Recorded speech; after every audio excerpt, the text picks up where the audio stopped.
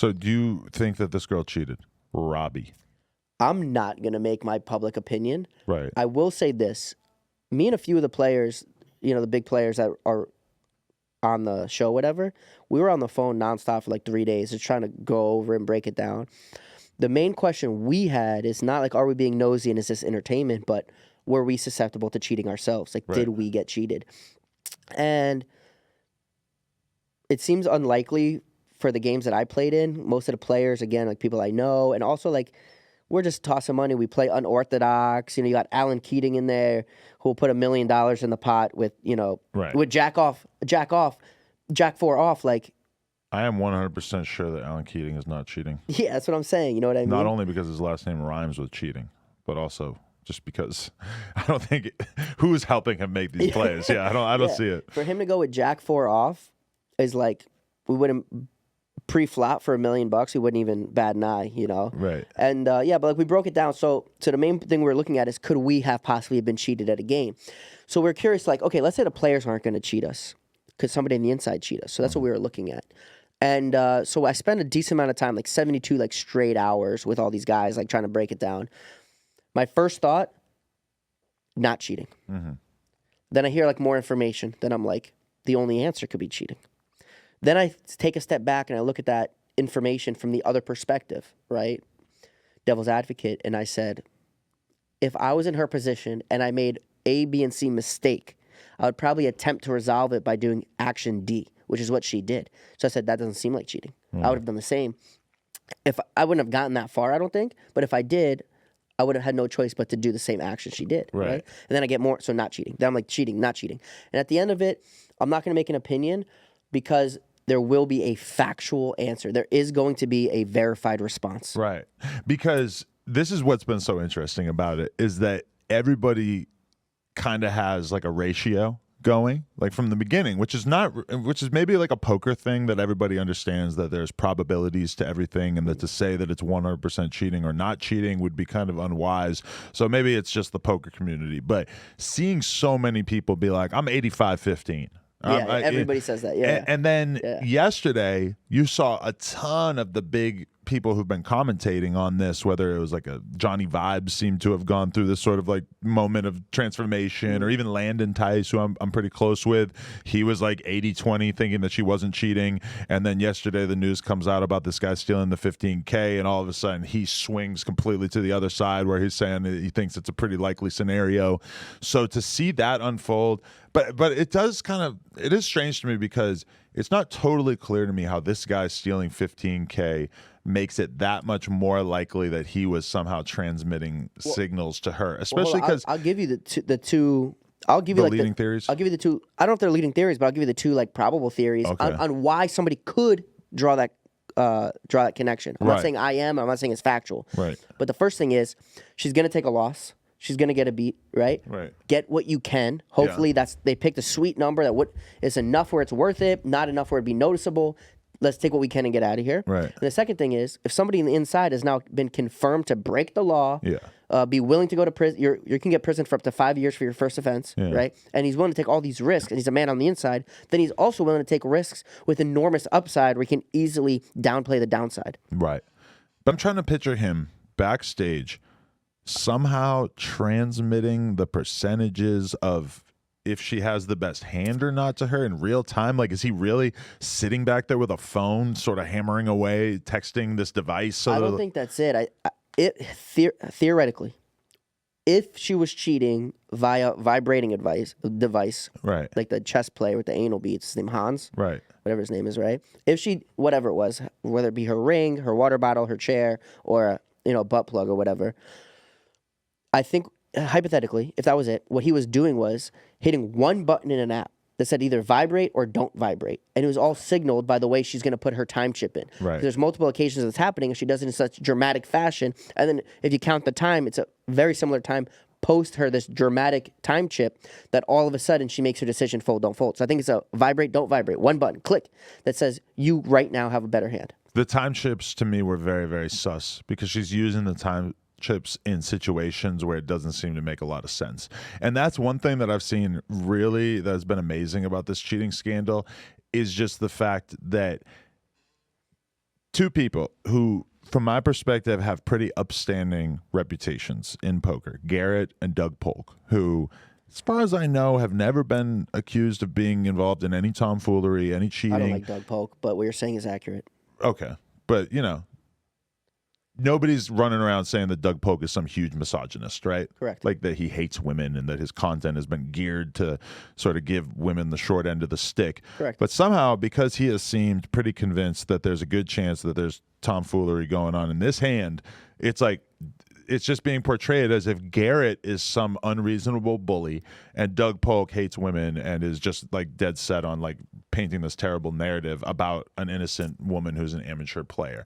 And it's just kind of bizarre to me. I think that people should be more likely to say these guys seem like they've been mostly honest participants in this space who have reasonable opinions about things, and that they should be willing to hear them out and not just immediately jump to the misogyny argument, which to be fair, that argument I think is kind of unpopular in poker because it is such a high percentage of men that it's like easy to see through the bullshit of assuming that this investigation is based on misogyny. Bro, I think the misogyny argument and feminism, I think it's all garbage. All right, so if you're going to come at me and tell me that they're targeting her falsely because she's a woman, right, you've immediately lost credibility. I have no interest in anything else you're going to say. Yes. I think there's a 0% chance that Garrett or Doug, despite my strong distaste for Doug, target her because she's a woman. I didn't realize you didn't like Doug. Okay. Yeah. Has he talked about you? Nah. He's never talked about me. He probably will after this. Okay. Yeah, bro. I think he's such a cornball, bro. He is the click. He's the only person. Matt Berkey's number 2, by the way, in this regard, but just clickbait central. Doug Polk will do anything for clickbait. He started a fight with Daniel Negreanu just for views. It's like, dog, just. I do think that the best argument against Doug's content at a certain point is that he did kind of like somebody like Daniel. I think he at times sort of misrepresented Daniel's perspective a little bit for just to have a scapegoat. And I do agree, but that was a long time ago. I think that maybe he could agree to some extent that some of that stuff was maybe a little unwise. I don't know. I don't want to say that he would agree with that, but if I have my YouTube playlist on and I'm not paying attention, the second I hear Doug's voice, I will jolt out of whatever I'm doing and just scream, "Somebody turn this off." First of all, his voice makes my skin crawl. Also, he talks so long about every dumb detail of every goddamn hand and goddamn card. I'm like, bro, your clickbait was great. It got me here. Show me the hand, And it's like, bro, I just can't get through it. And I think he's a cornball, and I think he's just clickbaity and whatever. I also think he's a phenomenal poker player. Right. I think he's one of the greats, and I'm sure he's made a lot of money from it. But would you agree that his content is mostly pretty fair, and his analysis of stuff seems to be pretty reasonable, right? Like I've never seen him carrying out too many like personal biases through. I think it's very unlikely that he just hates this woman and that's why he's pursuing this. I think he doesn't even think about what's the reality. I think he's like, what's the truth? I think he goes, what's the most clickbaity stance I can take? But you're really saying that you think he's like a Alex Jones type character where he doesn't care about the truth? You think tomorrow, if it was proven 100% that this woman did not cheat, that Doug would be afraid to admit that? I think he would 100% admit that the whole investigation such good came clickbait. Imagine he put a video out. I was wrong. Listen, here's the facts, bro. He got half a million views. He would acknowledge that if he figured out that he was wrong. I think he would acknowledge it, not because he actually cares. No, but his whole reputation as a journalist or as a broadcaster is based on him being fair in these situations, right?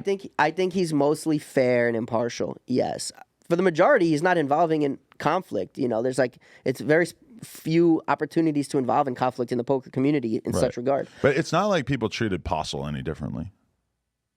Okay, hold on. That man was cheating. Right. Yeah.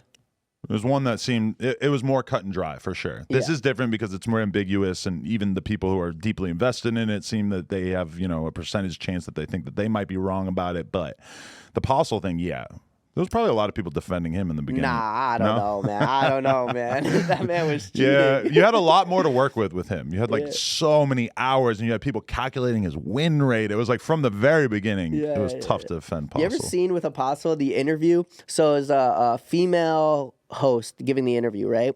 And I think he didn't know that she was a non-believer, right?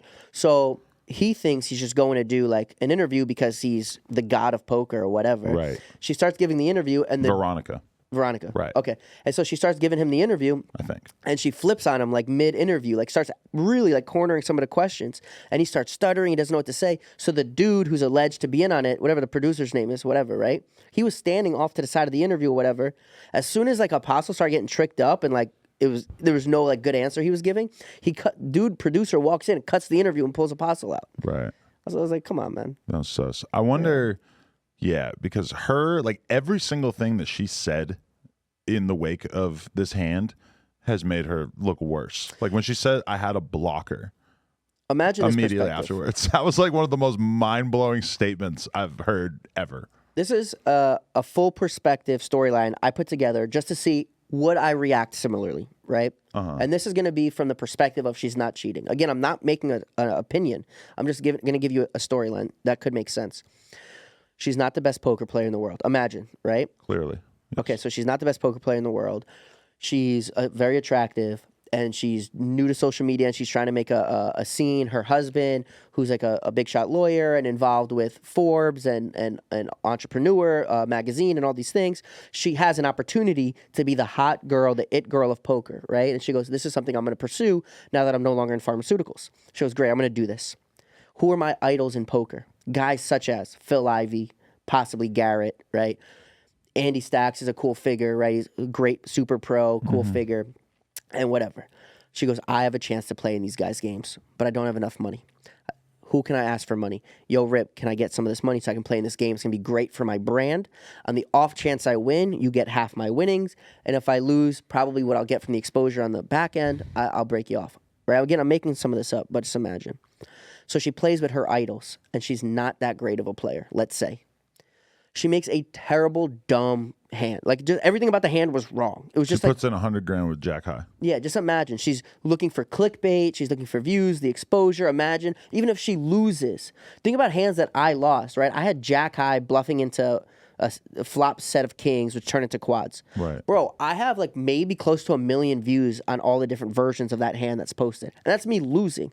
But it was for like, I don't know, like, it was either $250,000 or $500,000, right? This is a false equivalency because bluffing with Jack High is very different than calling with Jack High. Yeah, but imagine to a non-seasoned poker player. She's just thinking to herself, I can get the views and the exposure. It's going to help my brand, right? She makes a terrible, terrible decision. She ends up winning, like, miraculously. And now she looks foolish and she feels foolish, and she's got to now explain herself out of the hand with more erroneous, silly statements. And in reality, she's digging herself deeper to those that believe she's cheating. But imagine she's just not a great player, and she's like not like quick-witted, and she's not used to the limelight and all this. Like, she's just saying words to try to cover up her terrible, terrible play. Right. And that's it. Yeah, I mean, and many times throughout this, I have gravitated towards that and thought, yeah, I guess maybe she just did like the dumbest thing ever for a ton of money. Oh, and then a step further on the same storyline. So imagine, again, she has a chance to play with all her poker idols, get the best exposure she's ever had, right?